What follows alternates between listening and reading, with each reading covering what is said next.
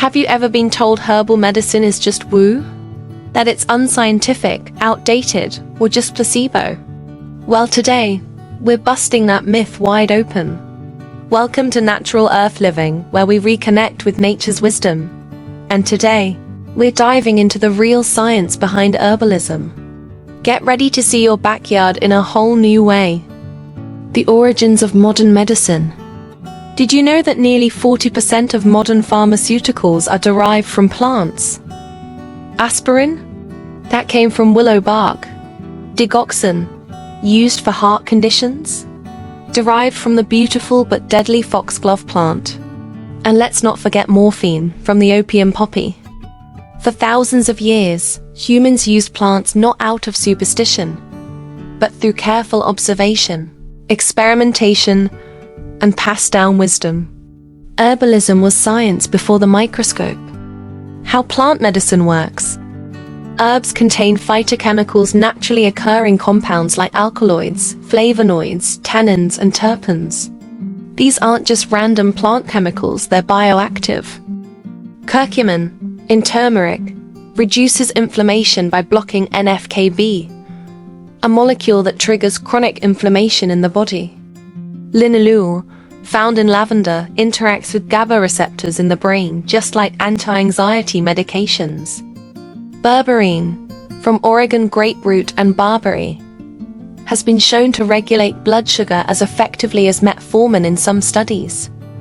Plants don't just soothe symptoms, they work on a cellular level. The modern disconnect. So why does herbalism still get dismissed? Because it's hard to patent plants. Pharmaceutical companies need isolated, patentable molecules to make a profit. That's why a single compound is pulled from a plant, and the rest of its synergy is often ignored.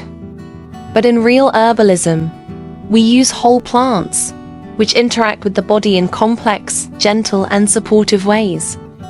What the science says. Let's look at just a few peer-reviewed examples. Elderberry.